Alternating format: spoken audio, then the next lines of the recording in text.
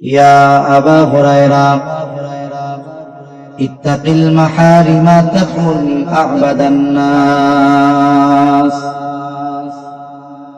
এক নম্বর উপদেশ, এক নম্বর নসিহত, হে আবু হুরায়রা, তুমি হারাম কাজ থেকে বেঁচে থাকো, এর মানে গুনার থেকে বেঁচে থাকো। আল্লাহ তাআলা যেই বিষয়গুলো নিষেধ করেছেন সেই বিষয়গুলো থেকে বাঁচো, গুনাহ থেকে বাঁচো।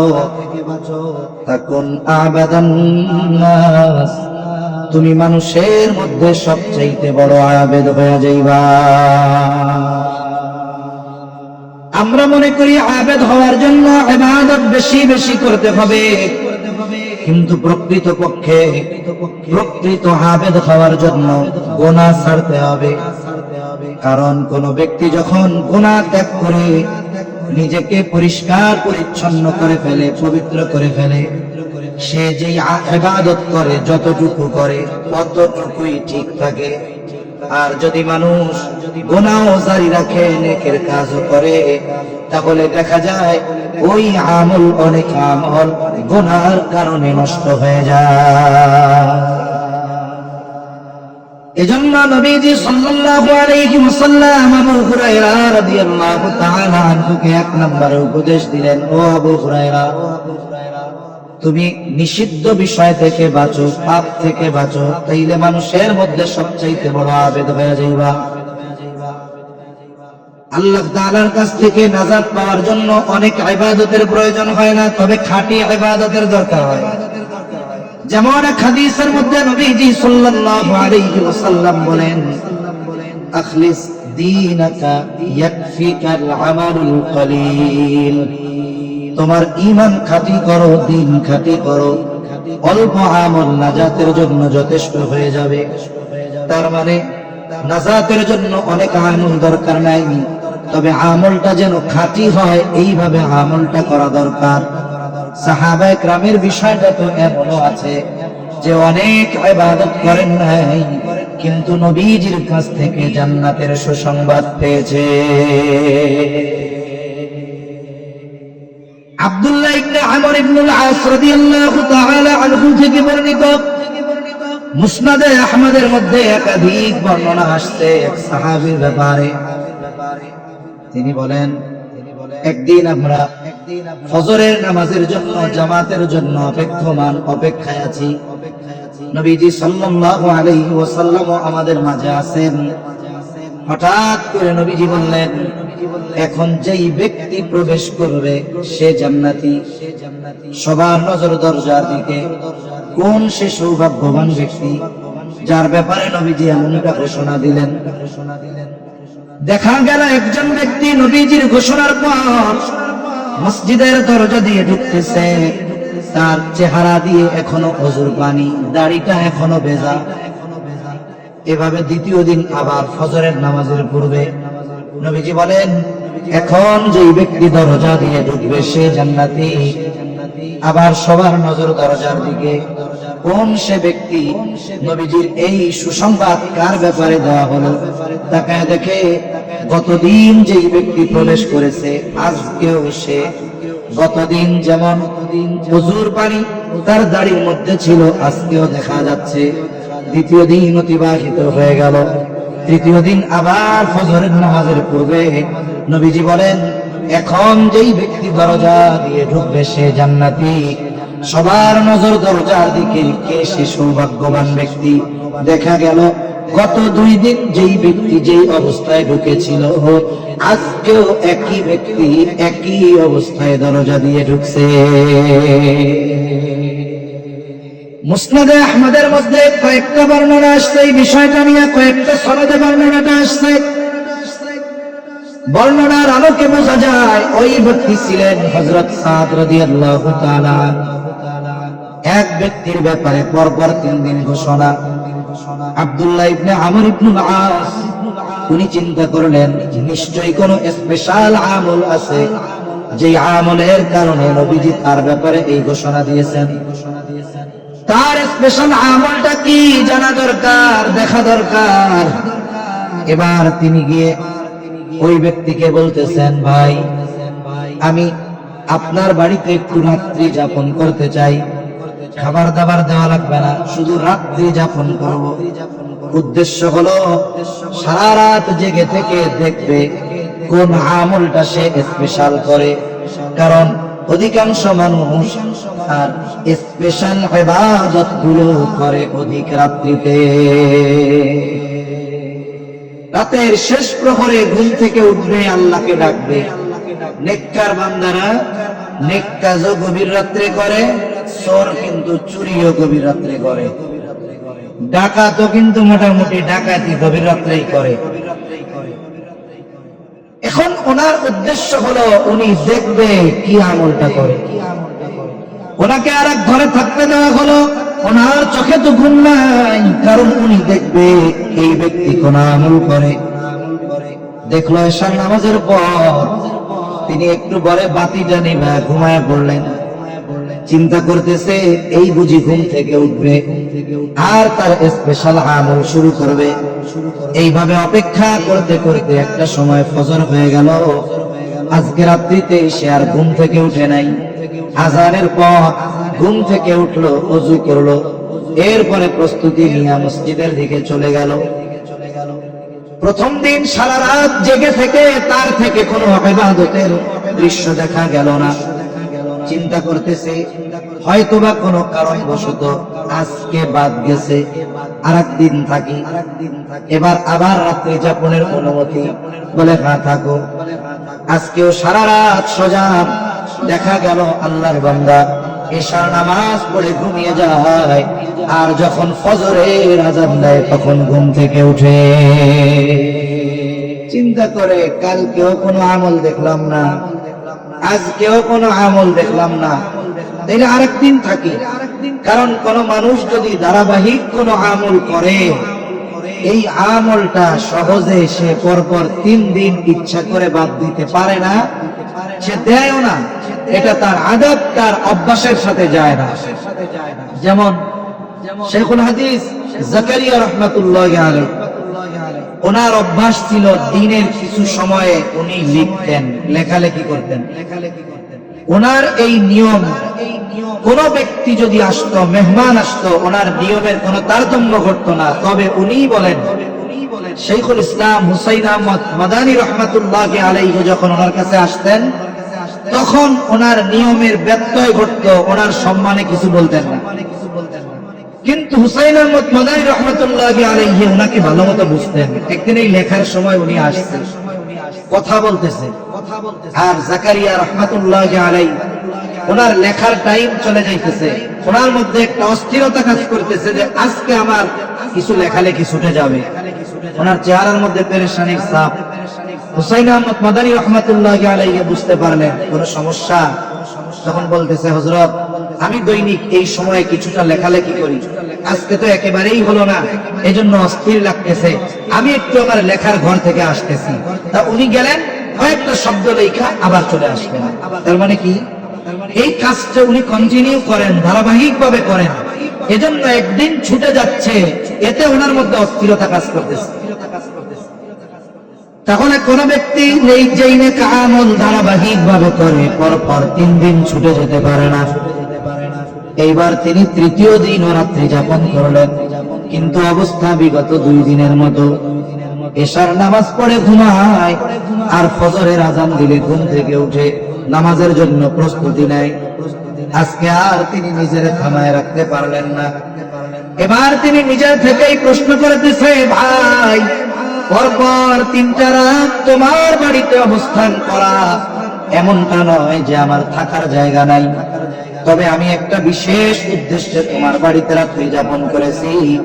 উদ্দেশ্যটা ছিল একটা বিষয় জানা। এর আগে পরপর 3 দিন ফজরের নামাজের পূর্বে নবীজি সাল্লাল্লাহু আলাইহি ওয়াসাল্লাম ঘোষণা করলেন, এখন যেই ব্যক্তি দরজা দিয়ে ঢুকবে সে জান্নাতি। আমরা সবাই দরজার দিকে তাকিয়ে দেখলাম, নবীজির এই ঘোষণার পর পরপর 3 দিন যেই ব্যক্তি দরজা দিয়ে প্রবেশ করেছে সেই ব্যক্তি হলে তুমি। আমি আশা করেছিলাম হয়তো তোমার কোন স্পেশাল আমল আছে, যার কারণে তোমার ব্যাপারে নবীজি এইরকম ঘোষণা দিয়েছে। কিন্তু 3 রাত জায়গা থেকে কোনো আমল তো দেখলাম না, খালি দেখলাম এশা পড়া ঘুমাও আর ফজরের জন্য ওঠো।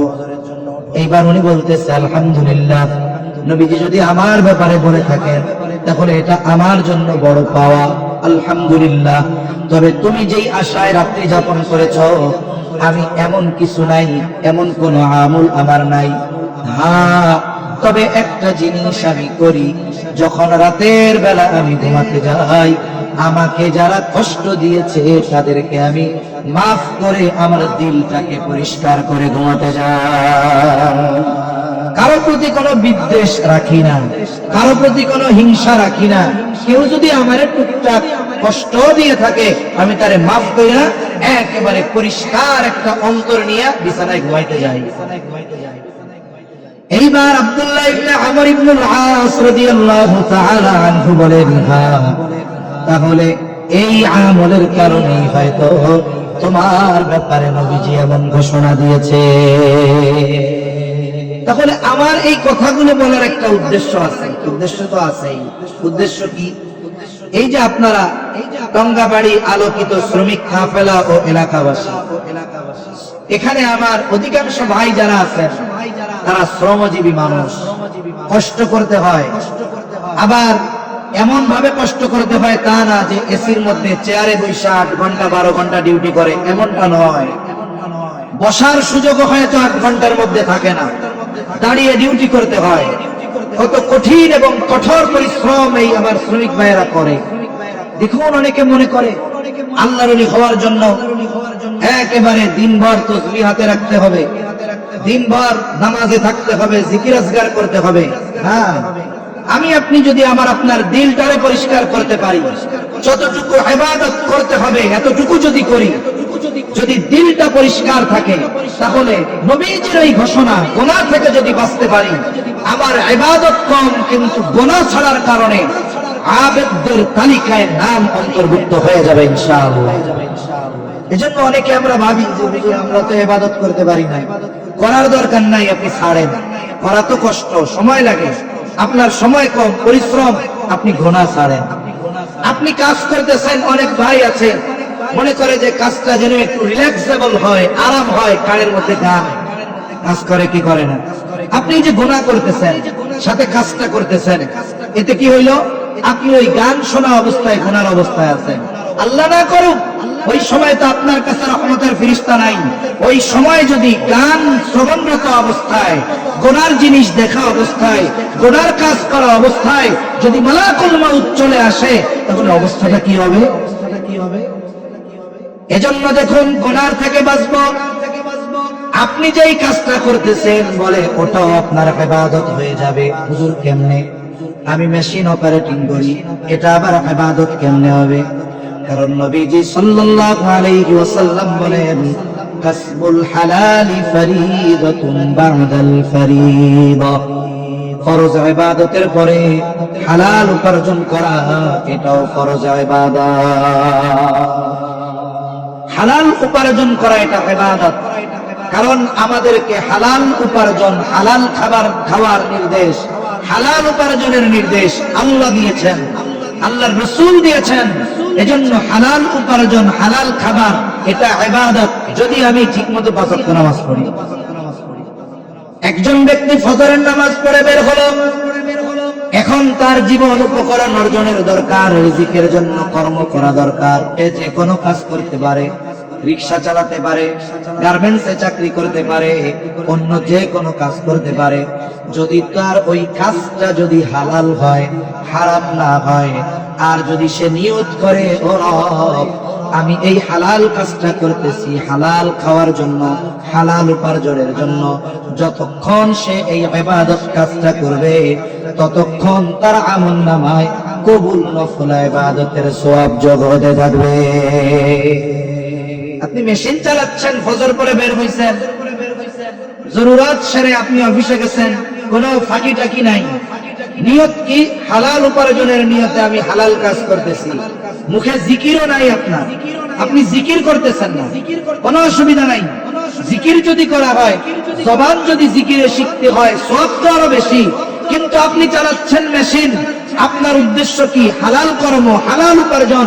বলে মেশিন চালাবেন কিন্তু আমল নামায় সব যোগ হতে থাকে। যেন আমাদের অনেক ভাই অনেকে মনে করে যে হুজুর তাহাজ্জুদ পড়তে পারি না, বুজুর্গ কেমনে হব? আরে ভাই, গুনাহ ছাড়েন আগে, গুনাহ ছাড়েন। যতটুকু করা দরকার না করলেই নয়, অতটুকু করেন, দেখা যাবে এটাই আল্লাহর কাছে প্রিয় হওয়া যাবে। নবীজি সাল্লাল্লাহু আলাইহি ওয়াসাল্লামের কাছে দুইজন মহিলার খবর আসছে। একজনের ব্যাপারে বলা হলো, ইয়া রাসূলুল্লাহ সাল্লাল্লাহু আলাইহি ওয়াসাল্লাম, একজন মহিলা এমন কোন আমল নাই যে সে করে না, একেবারে 5 ওয়াক্ত নামাজ, ওয়াজিব, সুন্নাতে মুআক্কাদা, নফল যা আছে সব নামাজ পড়ে, তাসবিহ, তাহলিল, জিকির, আজকার কোনো কিছু তার বাদ যায় না। সারাটা দিন জবান তার জিকির দ্বারা সিক্ত থাকে। এক কথায় যতক্ষণ সজাগ থাকে, সুযোগ থাকলে আমলের সময়টা কাটায় দেয়। তবে আমল অনেক করে, তবে একটা সমস্যা, সে তার প্রতিবেশীর সাথে একটু খারাপ ব্যবহার করে, মানুষের সাথে একটু খারাপ আচরণ করে। আর একজন মহিলা অনেক আমল করে না, বলে যতটুকু না করলেই নয়, এর বেশি করে না। তার মানে ফরজ, ওয়াজিব, সুন্নাতে মুআক্কাদা এতটুকু করে, 1.5 ঘন্টা ইবাদত করে, কিন্তু তার একটা অভ্যাস, সে মানুষের সাথে ভালো ব্যবহার করে। ইয়া রাসূলুল্লাহ, এই দুই মহিলার মধ্যে কোন মহিলা উত্তম? নবীজি ওই ইবাদত বেশি করনে ওয়ালির কথা বলেন নাই, বরং নবীজি বলেন ওই মহিলা উত্তম যে মানুষের সাথে ভালো ব্যবহার করে। তাইলে আমরা যদি মনে করি, আমি যদি কেউ তাহাজ্জুদ পড়ে, অনেক ইবাদত করে, আমার তাকে নিরুৎসাহিত করা উদ্দেশ্য নয়, বরং যারা কষ্ট করে, এগুলো করতে না পেরে অনেক সময় আক্ষেপ করে যে আমি মনে হয় আল্লাহর প্রিয় বান্দা হইতে পারবো না, আমি ওই মানুষগুলোকে একটু আশার কথা শোনাচ্ছি যে আপনি পারতেছেন না, হতাশ হয়েন না, আপনি যতটুকু পারেন ওইটুকু তো করেন, তবে গুনাহ ছাড়েন।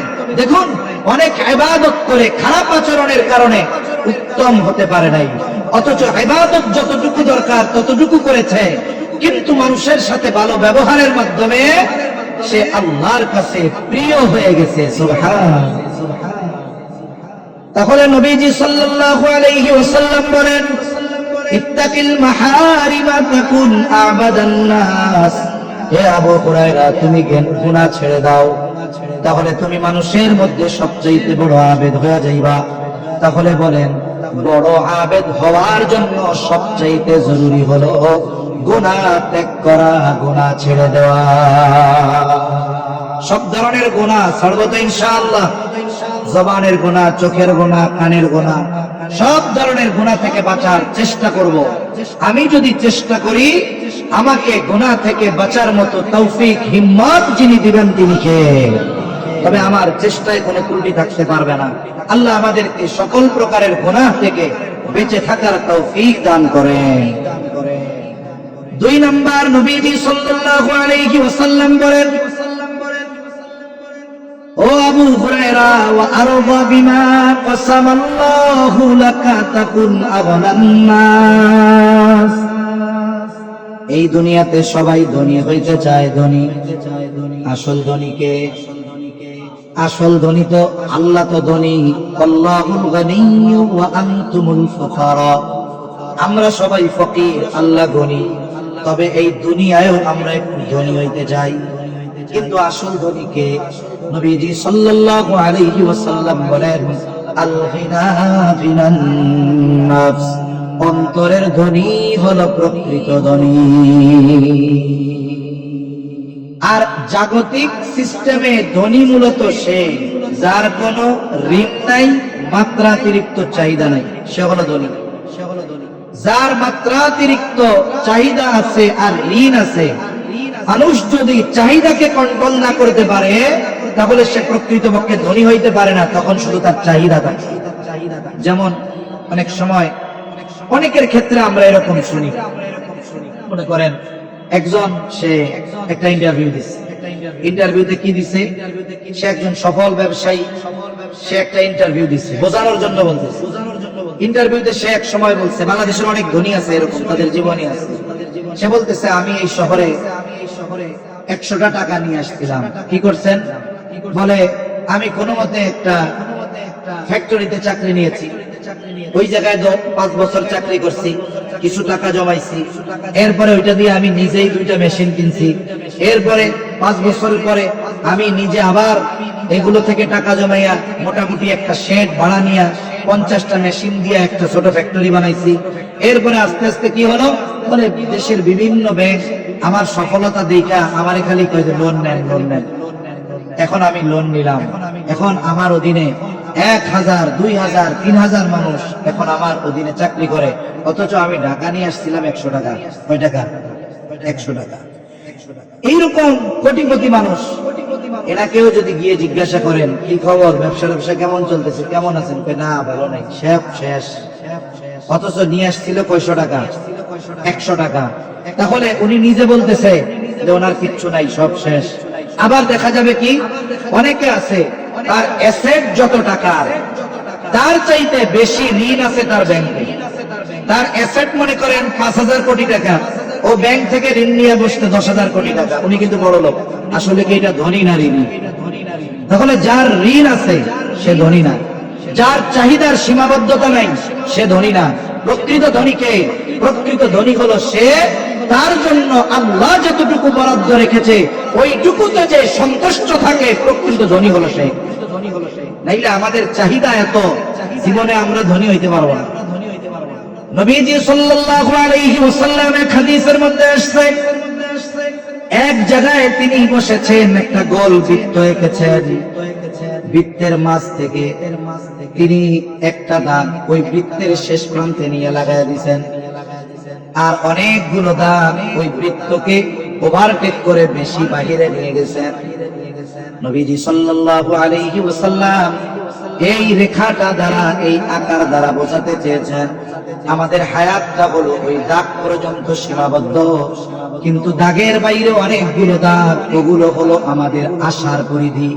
আমাদের হায়াত এতটুকু, আশা চাহিদা এত বড়। এজন্য নবীজি বলেন বনি আদমকে যদি এক জমিন ভর্তি স্বর্ণ দেওয়া হয়, সে আরেক জমিন স্বর্ণ পাওয়ার আশা করবে। নবীজি বলেন বনি আদমের পেট কবরের মাটি ছাড়া কিছুই ভরতে পারবে না। মনে করেন আমি মনে করতেছি এখন আমার যা আছে তার চাইতে আর একটু থাকলে মনে হয় আমার আর কিছু লাগবে না, বলে আমার যখন ওইটা হবে তখন আর একটু বাড়বে। আমি মাঝে মধ্যে বলি, হাদিসের মধ্যেও আসছে একটা বর্ণনা যে মানুষ সব সময় তার নিচের দিকে নজর দিবে, উপরের দিকে নজর দিলে কিন্তু সব শেষ। একজনের 2 তলা বাড়ি আছে, এই এলাকায় একজন 2 তলা বাড়ি বানিয়েছে, সুন্দর 2 তলা বাড়ি। আশেপাশে যে বাড়িগুলো এগুলো টিনের ঘর, কারো অন্যান্য কিসের ঘর, বা কারো 1 তলা। বলেন তো এখন আমি 2 তলার মালিক যদি নিচের তলায় নিচের দিকে তাকাই, তাইলে আমারে সবচেয়ে বড় ধনী মনে হবে, তাই না? এখন আমার পাশে আর একজন 20 তলা বিল্ডিং দিচ্ছে, কয় তলা? এখন আমার 2 তলা, এর মধ্যে সব কিছু আছে, আধুনিক ব্যবস্থাপনা আছে, সব আছে মনে করেন।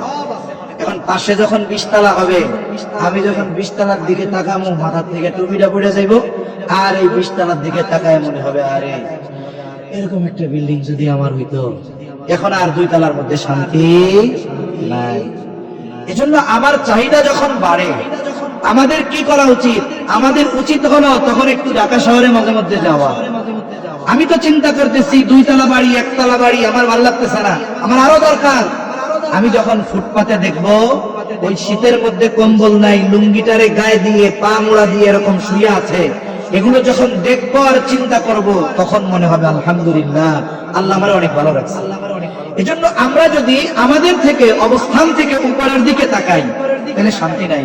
আর আল্লাহ যা দিছে এর ব্যাপারে যদি আমি সন্তুষ্ট থাকি, আল্লাহ আমার জন্য যা নির্ধারণ করেছেন আমি যদি খুশি থাকি, আমার যদি ঋণ না থাকে, আমার যদি মাত্রাতিরিক্ত চাহিদা না থাকে, আমার চেয়ে ধনী দুনিয়ায় আর কেউ। কোটিপতিদের জিজ্ঞাসা করেন, সবার কোটি কোটি টাকা ঋণ খেলাপি, তাহলে এরা ধনী হইল কেন? ধনী তো সে যার ঋণ নাই, আর যতটুকু পায় ততটুকুতে যে সন্তুষ্ট, এ হলো প্রকৃত ধনী। শুনুন, আল্লাহর তরফ থেকে সবচাইতে বড় পাওয়া গুলোর মধ্যে একটি পাওয়া হলো স্বল্পে তুষ্টতা। স্বল্পে তুষ্টতা, যেমন কোরআনুল কারীমে হায়াতে তাইয়্যিবার ব্যাখ্যা আসছে, আল্লাহ তাআলা এক আয়াতের মধ্যে বলেন, মান আমিলা সালিহান মিন যাকারিন আও উনসা ওয়া হুয়া মুমিন ফালানুহইয়ান্নাহু হায়াতান তাইয়্যিবা। আল্লাহ তাআলা বলেন, যেই নারী অথবা পুরুষ আমলে সালেহ করে আর সে মুমিন, আল্লাহ তাআলা এই ধরনের নারী পুরুষদেরকে দুই ধরনের পুরস্কার দেওয়ার ঘোষণা দিয়েছেন। এক ধরনের পুরস্কার দুনিয়ার পুরস্কার কি? আল্লাহ তাআলা বলেন, ফালানুহইয়ান্নাহু হায়াতান তাইয়্যিবা। ওই ধরনের নারী পুরুষকে হায়াতে তাইয়্যিবা তথা পবিত্র জীবন যিনি দিবেন তিনি কে?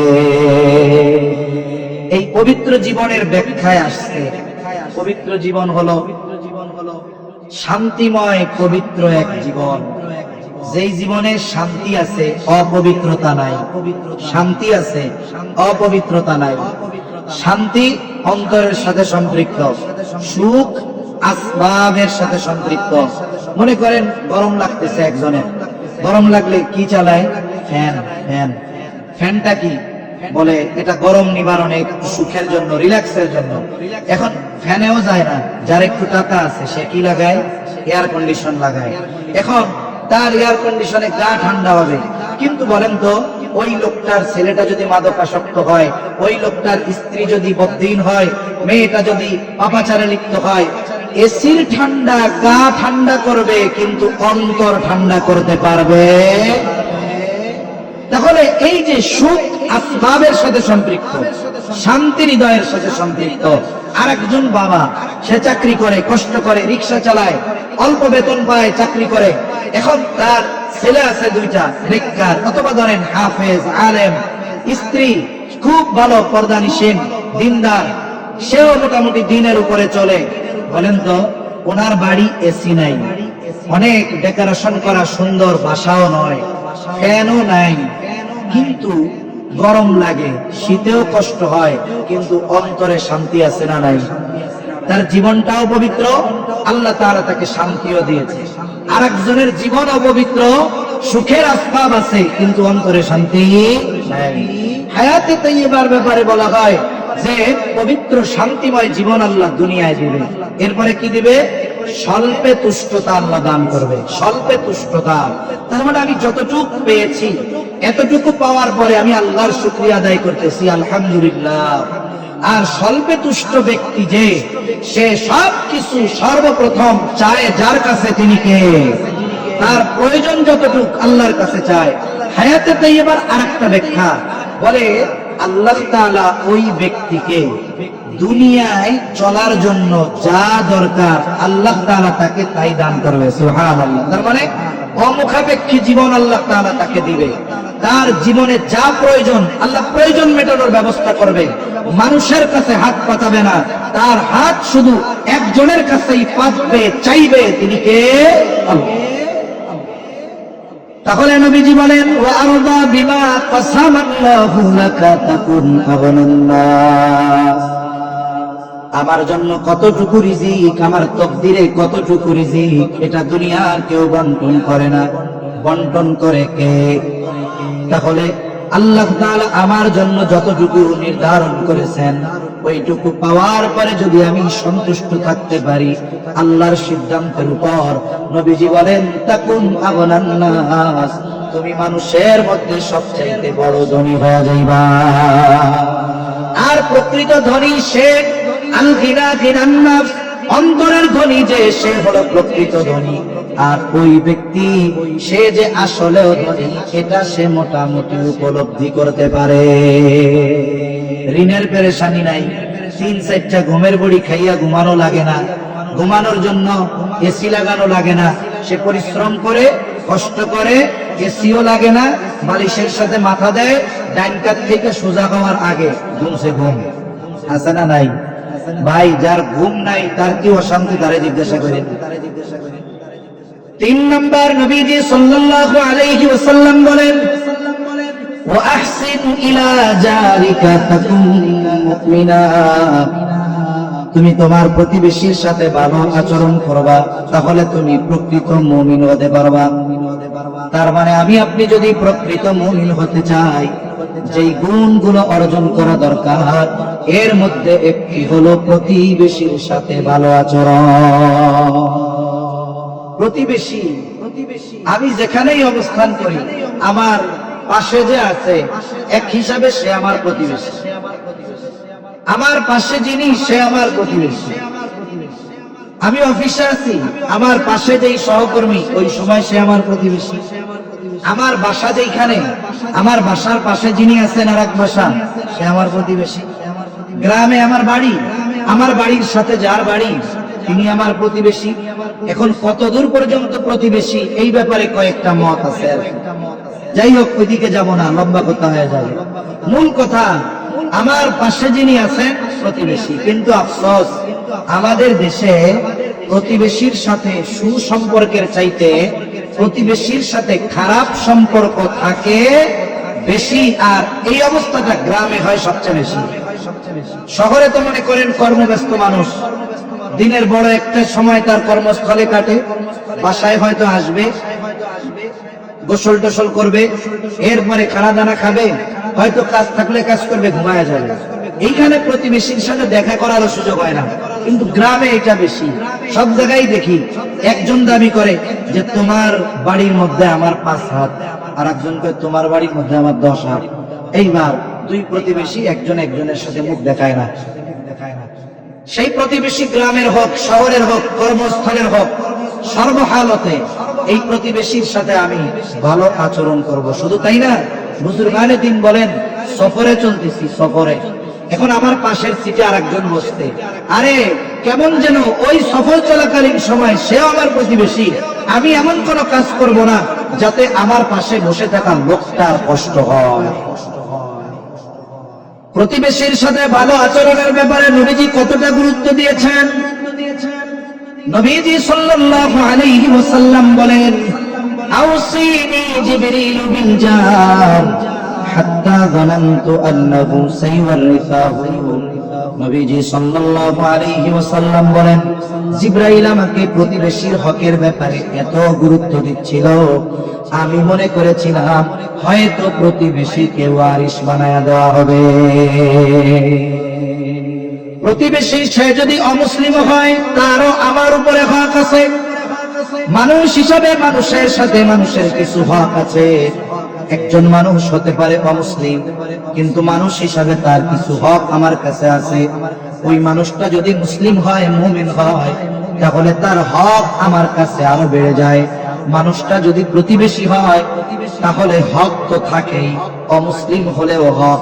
আবার যদি মুসলমান হয়, তাহলে ওই প্রতিবেশীর হক আরো বেড়ে যায়। কারণ প্রতিবেশী হিসাবে এক হক, মুসলিম হিসাবে এক হক, সাধারণ মানুষ হিসাবে আরেক হক। নবীজি সাল্লাল্লাহু আলাইহি ওয়াসাল্লাম প্রতিবেশীর সাথে হৃদ্রতার সম্পর্ক রাখতে বলেছেন, উৎসাহ দিয়েছেন।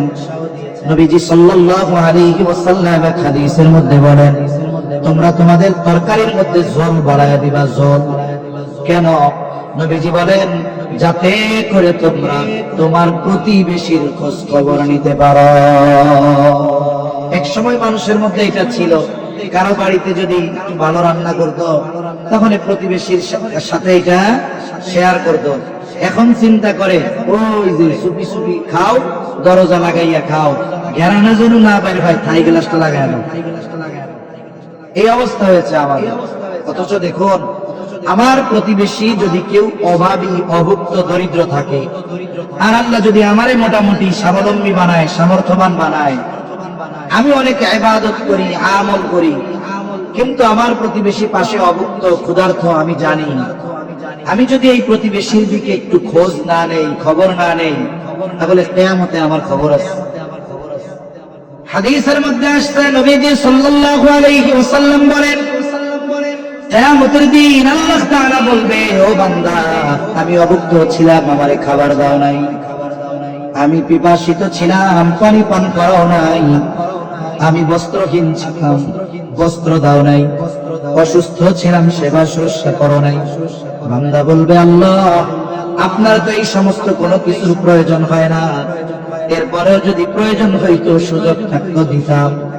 এবার আল্লাহ তাআলা বলবে, বান্দা তোমার প্রতিবেশী অভুক্ত ছিল, তুমি তারে খানা দাও নাই।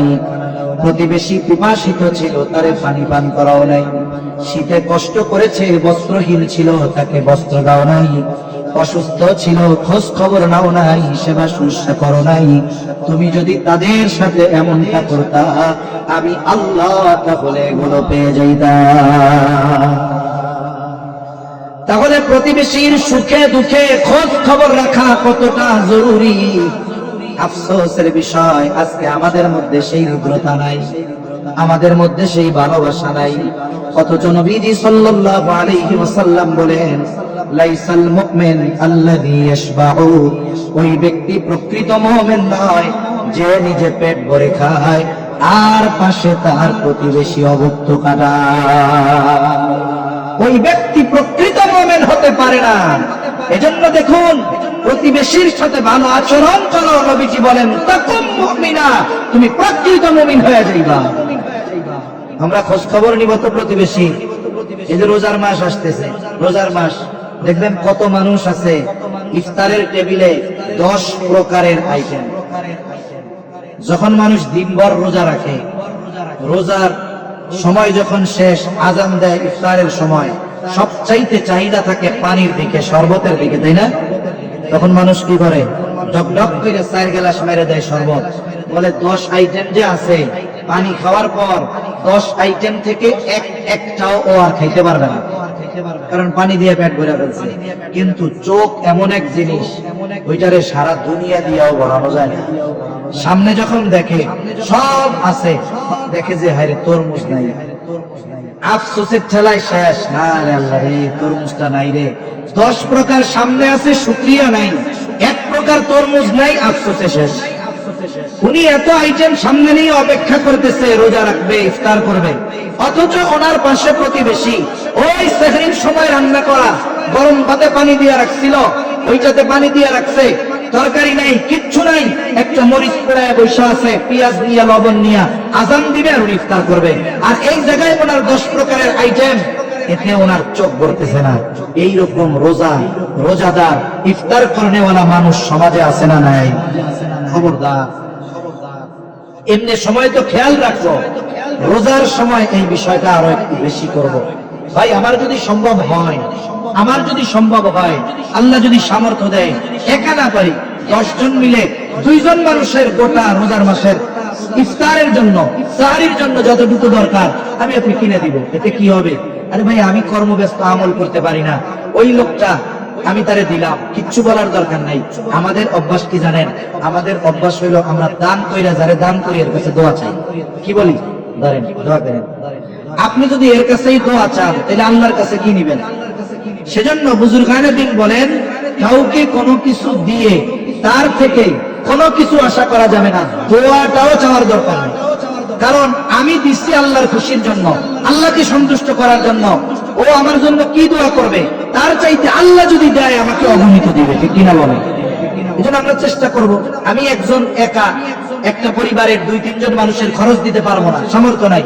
আমরা 10 জনে মিলে এক পরিবার, যে মনে করেন পরিশ্রমের কাজ করে, কিছু মানুষ আছে পায়ে চালাইয়া, রিক্সা চালাইয়া তার রোজা রাখতে হয়, খরচ করতে হয়। অনেকে আছে জমিনে কাজ করে, কোদাল দিয়ে মাটি কাটতে হয়। এইরকম পরিশ্রমী অনেক মানুষ আছে যারা পরিশ্রম করে রোজা রাখে। আমি আপনি যদি তার পরিশ্রমটাকে একটু হালকা বানায় দিতে পারি, আর এই কারণে সে যদি ইবাদত করতে পারে, স্বাচ্ছন্দ্যের সাথে রোজা রাখতে পারে, তারাবি পড়তে পারে, তাহাজ্জুদ পড়তে পারে, বলেন তো আল্লাহর কাছ থেকে অগণিত প্রতিদান আশা করি পাবো কি পাবো না? পাবো ইনশাআল্লাহ। এজন্য খাসসাতান, বিশেষ করে প্রতিবেশীর দিকে খেয়াল রাখবে। প্রতিবেশী যদি অমুসলিম হয়, তার বিপদ আপদে তার পাশে দাঁড়াবে। আয়েশা সিদ্দিকা রাদিয়াল্লাহু তাআলা আনহা নবীজিকে বলেন, ইয়া রাসূলুল্লাহ সাল্লাল্লাহু আলাইহি ওয়াসাল্লাম, আমার 2 জন প্রতিবেশী, একজন মুসলিম আর একজন ইহুদি। ইয়া রাসূলুল্লাহ, প্রতিবেশী হিসাবে কে আমার কাছে বেশি হক পাওনা?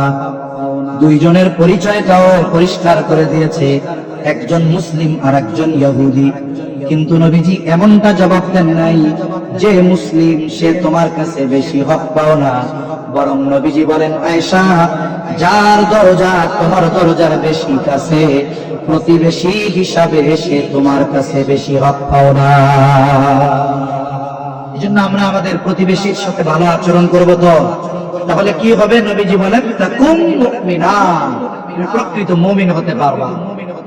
4 নম্বর, নবীজি সাল্লাল্লাহু আলাইহি ওয়াসাল্লাম বলেন, ওয়া আহিব্বা লিন-নাস মা তুহিব্বু লিনাফসিক, তুমি মানুষের জন্য ওইটাই পছন্দ করবা যেটা তুমি নিজের জন্য পছন্দ করো।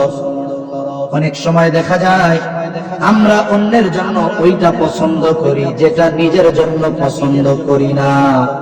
বিশেষ করে দেখা যায় দান সদকার সময় এই ধরনের বিষয়গুলোতে আমরা এই ধরনের কাজগুলো করি। যেমন কি করি? অনেক জায়গায় হয় জুমার দিন মসজিদের মধ্যে সব ছেঁড়া টাকাগুলা দেয় না? অনেক মসজিদে এমনও ঘোষণা দেয়, আগে যখন জুমা পড়াইতাম না শুনতাম একজন ইমাম কইতেছে, আল্লাহর হস্তে আপনারা দেন না দেন কোনো অসুবিধা নাই, তবে আল্লাহর হস্তে ছেঁড়া টাকা দিয়েন না। অনেক মানুষ আল্লাহর ব্যাপারে ওইটাও পছন্দ করে যেটা নিজের জন্য করে না। এই যে মসজিদে টাকা দিচ্ছি, এই টাকা দিচ্ছি কার ঘরে? জোরে বলেন না, কার ঘরে? এই টাকা দোকানে নেয় না, ভিক্ষা দিতে গেছে হেতেও নেয় না, মসজিদের দান বাক্স সামনে আসছে, তুমি পালাইবা কোন জায়গায়? সেরা টাকাও দিন, সোয়াবও নিব, এটা করা যাবে না। আমি যখন দান সাদকা করবো, কাউরে কিছু দিব, আমি আমার এমনি কথা বলতেছি আর কি, অভ্যাস, চেষ্টা করি এটা। অনেক সময় আমি চেষ্টা করি মানি ব্যাগের সবচাইতে পরিষ্কার টাকাটা আমি মসজিদে দেওয়ার জন্য। যখন কোথাও রিক্সায় যাই, প্রথমে চিন্তা আসে মানি ব্যাগের মধ্যে পয়সা টাকাটা আছে না, ওইটা দিব না। এরপরে খুঁজে শুনে যেটা মোটামুটি ভালো টাকা ওইটা ওরে দেয়। চিন্তা করি যেহেতু নফস বলতেছে খারাপটা দে, দিব না। ছোট ছোট বিষয় থেকে বড় বড় বিষয়গুলো অর্জন করা সহজ হয়। এখন দেখুন আমরা কোনটা করি? নিজের জন্য যেটা অপছন্দ করি, অন্যের জন্য সেটা পছন্দ করি। বলেন, আমি নিজের জন্য উন্নতি অগ্রগতি চাই, কিন্তু আমার আর এক ভাইয়ের জন্য যদি উন্নতি অগ্রগতি হয়, আমি হিংসায় মইরা শেষ হয়ে যাই। অথচ কি করা দরকার? আপনি যদি তার মতো চান তাহলে তার জন্য দোয়া করেন যে আল্লাহ আমার ভাইরে আপনি এটা দিছেন, তারে আরো বেশি বেশি দেন। আপনি যখন তার জন্য নেক দোয়া করলেন, হাদিসের মধ্যে আসছে আল্লাহ ফেরেশতা নিযুক্ত করে রাখছে আপনার জন্য দোয়া করা। আমি দোয়া করলাম তার জন্য, আমার দোয়া তার ব্যাপারে কবুল হতেও পারে নাও পারে, কিন্তু ফেরেশতা যদি আমার জন্য দোয়া করে, আশা করা যায় এই দোয়া কবুল হবেই ইনশাআল্লাহ। ঠিক কিনা বলেন? তাইলে বলেন, আরেকজনের ভালো দেখা যদি হিংসা করি, আরেকজনের যদি অমঙ্গল কামনা করি, খারাপ চাই, এতে লস ওর চাইতে আমার আরো বেশি। এজন্য আমি সবার জন্য ওইটাই পছন্দ করব যেটা আমার জন্য আমি পছন্দ করি। আমি চাই না যে আমি অভাবে পড়ি, এটা আমি সবার জন্য পছন্দ করব যে আল্লাহ কেউ যেন অভাবে না পড়ে। এভাবে যদি করি তাহলে দেখবেন জীবন সুন্দর হবে। আর নবীজি বলেন, তাকুম মুসলিমা, তুমি যেটা নিজের জন্য পছন্দ করো এটা যদি মানুষের জন্য পছন্দ করো, তাইলে তুমি প্রকৃত মুসলমান হতে পারবা। সুবহানাল্লাহ। আমাদের দেশে যে রমজান মাস আসতেছে, কতজন যাকাত দিবে? যাকাত দেয় না? যাকাত দেয়। আমাদের দেশে কাপড়ের দোকানগুলোতে যাকাতের কাপড় আর লুঙ্গি পাওয়া যায়। যাকাতের কাপড় আর লুঙ্গির ব্যাখ্যা কি? বলে বাজারের সবচাইতে নিকৃষ্ট কাপড়, ওর চাইতে নিম্নমানের কাপড় আর কিছু নাই, এটার নাম হলো যাকাতের কাপড় আর লুঙ্গি। যাকাত এটা গরিবের হক। যাকাত দিয়ে ক্রেডিট দেখানোর কোনো সুযোগ নাই। আমার অর্জিত সম্পদে যদি যাকাত খরচ হয়, সবকিছু যদি ঠিক থাকে, তাহলে অভাবী, দুস্থ, গরিব যারা আছে যাকাত নেওয়ার উপযুক্ত, আমার এই সম্পদের মধ্যে শতকরা 2.5 টাকা তাদের হক সাব্যস্ত করেছেন কে? মনে রাখতে হবে, আমার মাল যেটা, এটার মালিকও আমি না, আমার মালের মালিক কে? আল্লাহ আমার একটু দিছে, এর মধ্যে ওই 2.5% দরিদ্র মানুষের হক। এজন্য উচিত ছিল যাকাত তো গরিবের হাতে গিয়ে তুলে দেওয়া, দিয়ে আসে। কিন্তু আমাদের অমুক সাহেব তমুক সাহেব যাকাত দিবেন, যাকাতে কি দেয়?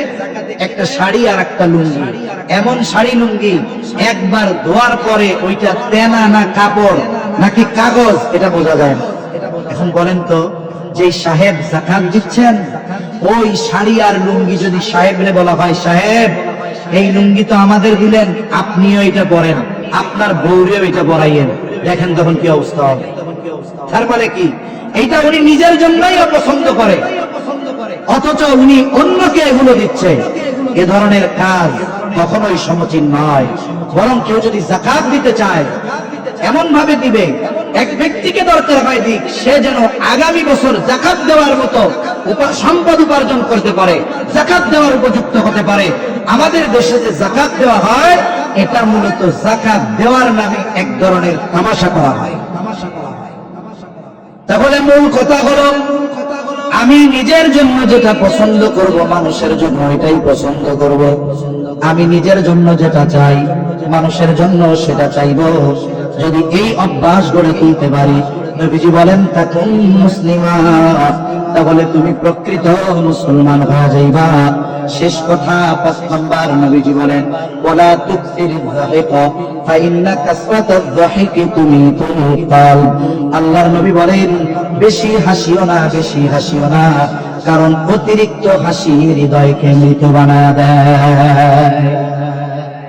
কারণ মৃত্যুর পর থেকে নিয়ে একের পর এক আমার আপনার সামনে কি আছে, এই বিষয়টা যদি আমরা অনুধাবন করতে পারতাম, আমাদের মুখে কোনোদিন হাসি দেখা যাইত না। হযরত ওসমান গনি রাদিয়াল্লাহু তাআলা জান্নাতের সুসংবাদ প্রাপ্ত 10 জনের একজন, ওনার মতো ব্যক্তি। নবীজি 2টা কন্যা ওনার সাথে বিবাহ দিয়েছেন, উপাধি দিন নূরাইন।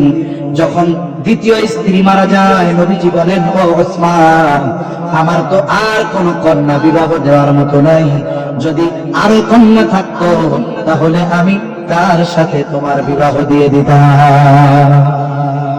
ওই ওসমান গনি রাদিয়াল্লাহু তাআলা জান্নাতের সুসংবাদ প্রাপ্ত 10 জনের একজন। উনি যখন কবরের পাশে দাঁড়াইতেন, অশ্রু বেয়ে পড়তো, চোখ বেয়ে টুকরে কান্না করে দিতেন। জিজ্ঞাসা করা হলো, ওসমান, জান্নাতের সুসংবাদ পাওয়ার পরেও আপনি কেন কান্না করেন? তিনি বলতেন, নবীজি জান্নাতের সুসংবাদ দিয়েছেন ঠিক আছে, কিন্তু কবরে আমার সাথে কি আচরণ করা হবে এটা তো আমি জানি না, এই জন্য ভয়ে চিন্তায় কান্না করতেন। আর আল্লাহ তাআলা বলেন ফালইয়াদহাকু কলিলান ওয়ালইয়াবকু কাসীরা, হাসো কম, কাঁদো বেশি। আমরা যদি আমাদের কর্মের পরিণতি সম্পর্কে বেখবর না হইতাম, একটু যদি চিন্তা করতাম, তাহলে আমাদের মুখে হাসি আসতো না, আমাদের অট্টহাসি বের হইতো না। যদি হাসার প্রয়োজন হয় তাহলে সুন্নাত তরিকায় হাসবো, জিন্দাবাদের দৈত্যের মতো হাসবো না। আমরা ছোটবেলায় আলিফ লায়লা দেখতাম, ওই সময় তো মাসুম ছিলাম, গোনাজারি হয় না, এই জন্য কই সপ্তাহে একদিন আলিফ লায়লা দেখতে একবারে গ্রামের শেষ প্রান্তে দেখা যাইতো 3 গ্রাম মিলাই একটা টিভি, হ্যাঁ, আলিফ লায়লা দেখতে যাইতো। আলিফ লায়লায় দৈত্য হাসতো না, অনেকে দেখবেন আড্ডা মারতেছে, দাঁত 2 পাটি বাইর কইরা, জিহ্বা বাইর কইরা অট্ট হাসি হাসি। খবরদার, এই হাসি আল্লাহ রাসূল মানা করছেন। আল্লাহ রাসূল হাসতেন তাবাসসুমান, মুচকি হাসি হাসতেন। যদি হাসির কিছু হয় এভাবে হাসবো, আওয়াজ করে অট্ট হাসি আমরা হাসবো না। আর হাস্যাত্মক কর্মকাণ্ডের মধ্যে বেশি জড়িত থাকবো না। এই যে কৌতুক কৌতুক এই বিষয়গুলো মূলত সাময়িক বিনোদন আমরা পাই, কিন্তু এই বিষয়গুলো আমাদের হৃদয়কে মৃত বানায় দেয়। আমরা এক জিন্দা দিল চাই, আমরা এক জিন্দা কলব চাই, সেই কলবের মধ্যে আল্লাহ আল্লাহ রাসূলের মুহাব্বত থাকবে, জান্নাতের আশা থাকবে, জাহান্নামের ভয় থাকবে। এইরকম দিল এক যদি তৈরি করতে চাই, তাহলে মাত্রাতিরিক্ত হাস্যরস কৌতুক যদি করি, তাহলে ওই দিলে ওই বিষয়গুলো অর্জিত হবে না। তা সম্মানিত উপস্থিতি, এভাবে যদি জীবন সাজাই, আমল সুন্দর হবে, হতে পারবো জান্নাতুল ফেরদাউসের মেহমান। তাহলে মূল কথার দিকে এবার আসি, কথা শেষ। আমরা সবাই আবেদ হতে চাই, তো কারা কারা চাই হাত উঁচু করি। নারায়ে তাকবীর, নারায়ে তাকবীর। তাহলে হাত নামাই। আবেদ যদি হইতে চাই কি ছাড়তে হবে জোরে বলেন, আরো জোরে, কি ছাড়তে হবে? নেক কাজ কম হোক, যেগুলো জরুরি করতে হবে, স্বাভাবিক নেক কাজ কম হচ্ছে হোক, কিন্তু গুনাহ যেন না হয়। 2 নাম্বার, আমরা কি প্রকৃত ধনী হইতে চাই? জোরে বলেন চাই। তাইলে কি করতে হবে? বলে আল্লাহ যা দিছে সন্তুষ্ট থাকতে হবে, স্বল্পে তুষ্ট থাকতে হবে, তাইলে প্রকৃত শান্তি পাবো। 3 নাম্বার, আমরা প্রকৃত মুমিন হতে চাই, তাহলে প্রতিবেশীর সাথে আমি ভালো আচরণ করব, কর্মক্ষেত্রে হোক, সফরে হোক, এরপরে গ্রামে হোক, যিনি আমার পাশে আছেন তিনি আমার সাময়িক সময়ের প্রতিবেশী, এমন কোন কাজ করব না, এমন কোন কথা বলবো না যাতে আমার প্রতিবেশীর কষ্ট হয়, সাথে সাথে তার হক নষ্ট করব। যদি সে দরিদ্র গরিব অসহায় হয়, বরং তার প্রতি আমার সহানুভূতিশীল আর ভালো আচরণের মাত্রা বাড়াতে হবে, তাহলে আমি প্রকৃত মুমিন হতে পারবো। আমরা সবাই প্রকৃত মুসলমান হতে চাই। আল্লাহ বলছেন মুসলমান না হয়ে মরো না। প্রকৃত মুসলমান কেমনে হবা? নবীজি বলেন তুমি নিজের জন্য যেটা পছন্দ করো মানুষের জন্য সেটা পছন্দ করবা, ঠিক সাথে সাথে নিজের যেটার জন্য যেটা অপছন্দের ওটা মানুষের জন্য অপছন্দের হতে হবে, তাহলে কি হতে পারবো? প্রকৃত মুসলমান। আর আমরা যদি এক প্রাণবন্ত জীবন্ত কলব চাই, তাহলে হাসতে হবে কম, কাঁদতে হবে বেশি। এই আলোকে যদি জীবনকে সাজাই, এক সুন্দর হায়াত অতিবাহিত হবে, সাথে ঈমান ঠিক। বলে ঠিকানা হলো জান্নাতুল ফেরদাউসের মেহমান, যেখানে আমরা মেহমান, মেজবানকে ওই মেহমানদারি আর মেজবান এটা 3 দিনের নয়, আল্লাহ অনন্তকালের মেজবান, আমরা হব জান্নাতুল ফেরদাউসের অনন্তকালের মেহমান।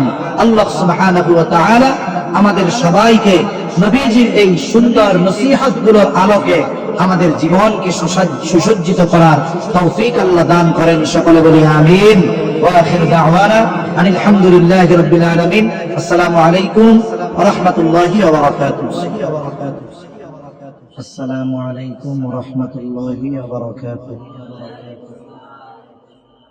আলহামদুলিল্লাহ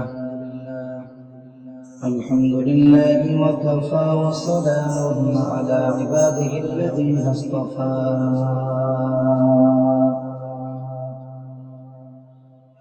أما بعد فأعوذ بالله من الشيطان الرجيم بسم الله الرحمن الرحيم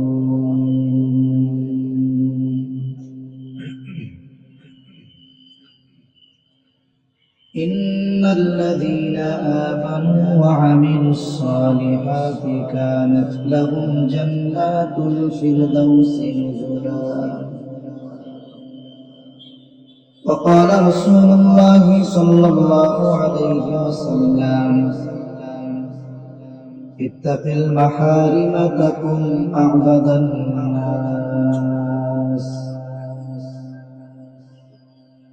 وأرضى بما قسم الله لك تكن أغنى الناس وأحسن إلى جارك تكن مؤمنا وأحب للناس ما تحب لنفسك تكن مسلما ولا تكثر الضحك فإن كثرة الضحك تميت القلب أو كما قال النبي صلى الله عليه وسلم صدق الله العلي العظيم وصدق رسوله النبي الكريم ونحن على ذلك لمن الشاهدين والشاكرين والحمد لله رب العالمين سبحانك لا علم لنا إلا ما علمتنا إنك أنت العليم الحكيم আমরা মহব্বতের সাথে দুরূদ শরীফ পাঠ করি।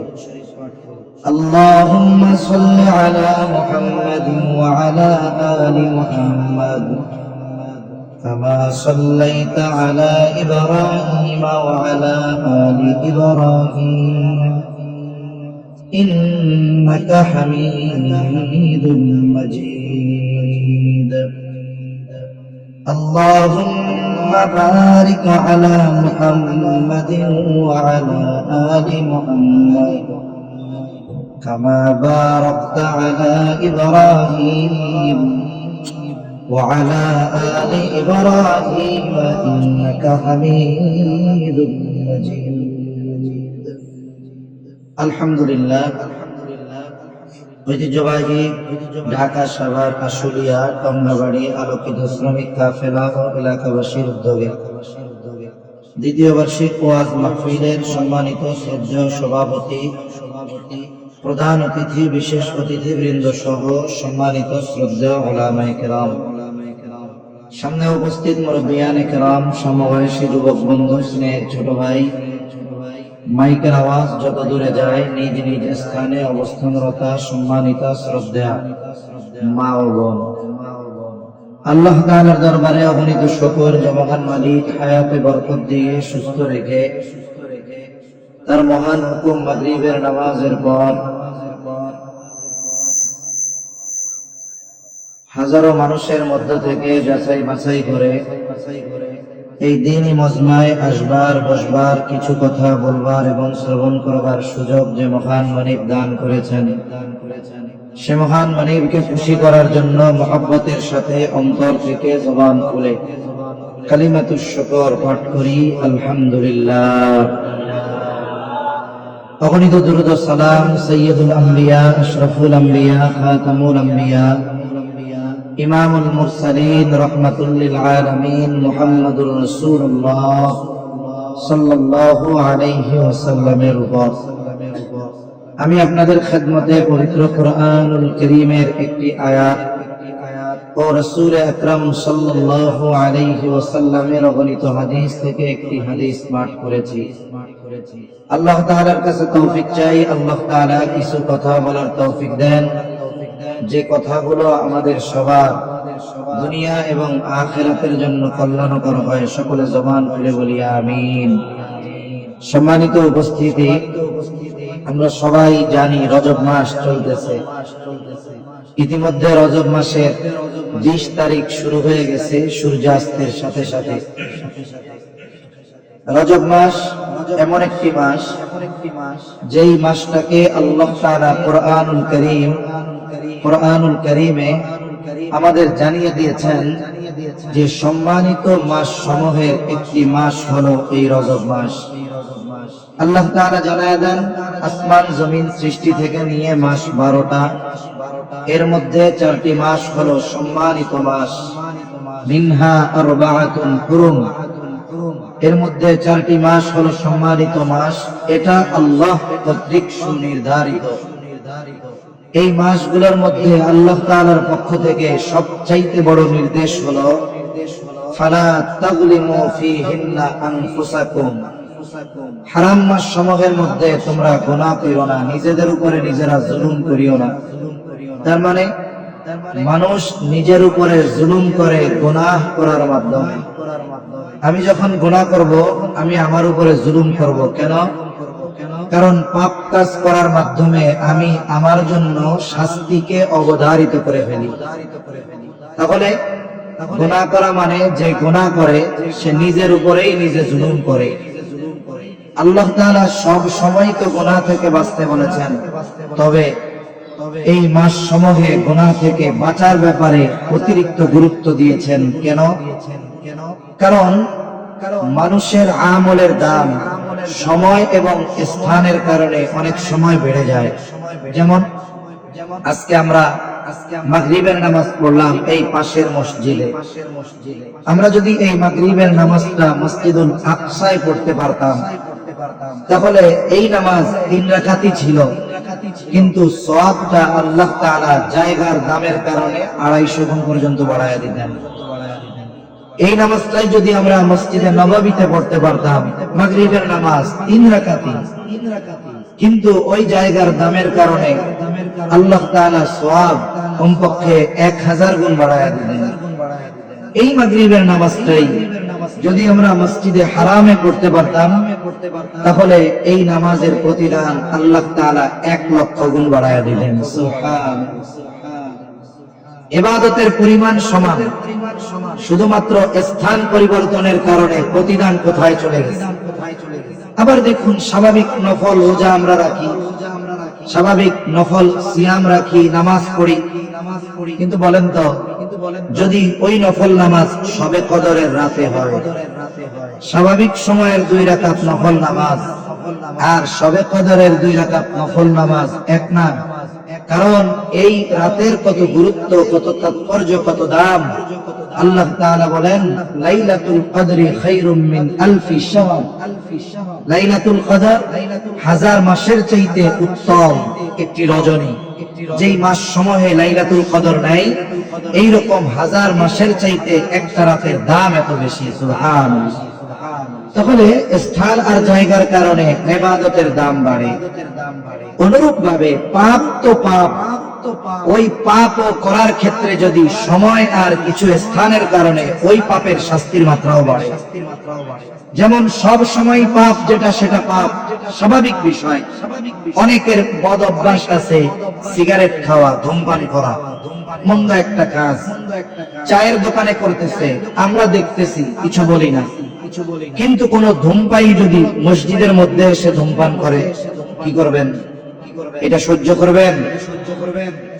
একটা পাপ চলতেছে রাস্তায়, বলেন তো এই পাপটা যদি মসজিদের মধ্যে হয়, একই পাপ বাইরে হচ্ছে, একরকম গুরুত্ব আমরা দেই, কিন্তু যখনই এটা মসজিদের মধ্যে হয়, এটাকে আমরা সর্বোচ্চ জঘন্য অন্যায় বলে সাব্যস্ত করি, ঠিক কিনা?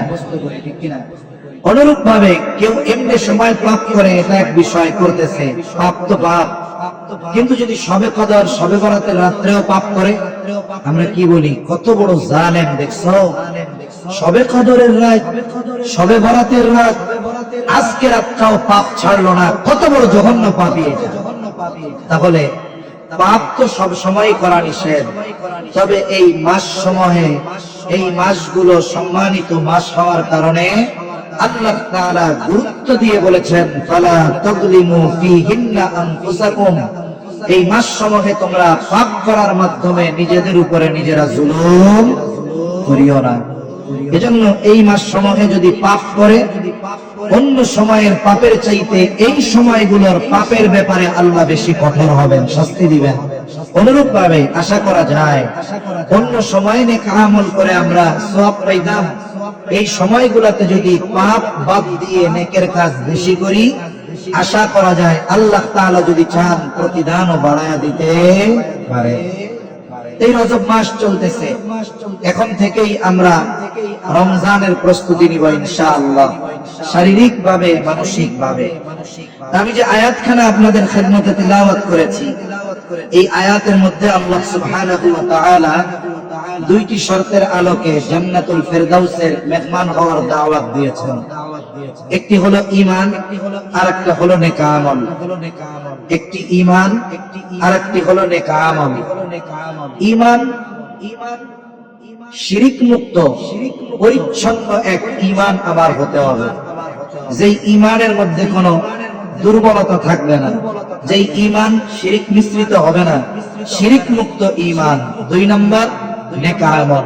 এই নেক আমলের বিষয়ে কথা বলতে গিয়ে আমি একটি হাদিস আপনাদের খেদমতে পাঠ করেছি।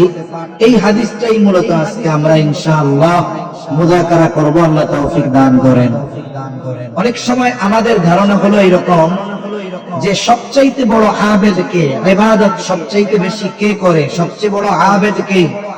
আমরা মনে করি যিনি অনেক নামাজ পড়েন, যিনি অনেক নফল রোজা রাখেন, যিনি অনেক নফল সালাত আদায় করেন, তিনি তাহাজ্জুদ পড়েন, আওয়াবিন পড়েন, ইশরাক পড়েন, কোন নফল নামাজ, কোন নফল রোজা আমল ছাড়েন না, উনি মনে হয় সবচাইতে বড় আবেদ। কিন্তু বিষয়টা এমন নয়। প্রকৃত আবেদ হওয়ার আগে গুনাহ ছাড়তে হয়। কারণ আমার ইবাদত ভালো থাকবে তখন, কাজে লাগবে তখন, যখন গুনাহ মুক্ত আমি হতে পারবো। বলুন তো, একটা পাত্রের মধ্যে যদি পচা কোনো জিনিস থাকে, পচা জিনিস, এই পাত্রটার মধ্যে যদি আমি বাংলাদেশের সবচাইতে গরুর খাঁটি দুধ এনে ওই পাত্রের মধ্যে রাখি, বলেন তো দুধ ভালো, কিন্তু পাত্রের মধ্যে ময়লা থাকার কারণে ওই দুধ ভালো থাকবে না নষ্ট হয়ে যাবে? আমাদের নেক আমল গুলো কাজে লাগে তখন যদি আমরা গুনাহ ত্যাগ করতে পারি, এই নেক আমল আমাদের বেশি কাজে লাগে। এজন্য রাসূল আকরাম সাল্লাল্লাহু আলাইহি ওয়াসাল্লাম হযরত আবু হুরায়রা রাদিয়াল্লাহু তাআলা আনহুকে গুরুত্বপূর্ণ 5টি বিষয়ের নসিহত করেছেন। আমরা ওই নবীজি নসিহত গুলো নিয়েই আলোচনা করব, শুনবো, সাথে সাথে এগুলো আমলে পরিণত করার চেষ্টা করব ইনশাআল্লাহ। আবু হুরায়রা রাদিয়াল্লাহু তাআলা আনহু বলেন, রাসূল আকরাম সাল্লাল্লাহু আলাইহি ওয়াসাল্লাম একদিন সবাইকে বলতেছেন, তোমাদের মধ্যে কে এমন আছো যে আমি তাকে কিছু শেখাবো, সে নিজে শিখবে, আমল করবে, আবার যারা আমল করতে চায় তাদেরকে শেখাবে। আবু হুরায়রা রাদিয়াল্লাহু তাআলা আনহু তো নবীজির কাছে বেশি থাকতেন, উনি নবীজির কাছে থাকছেন কম, কিন্তু ঈমান আনার পর থেকে পুরা সময়টাই নবীজির ওফাত পর্যন্ত উনি নবীজির কাছে থাকছেন, যার কারণে উনি সবচাইতে বেশি, সবচাইতে অধিক হাদিস বর্ণনাকারী।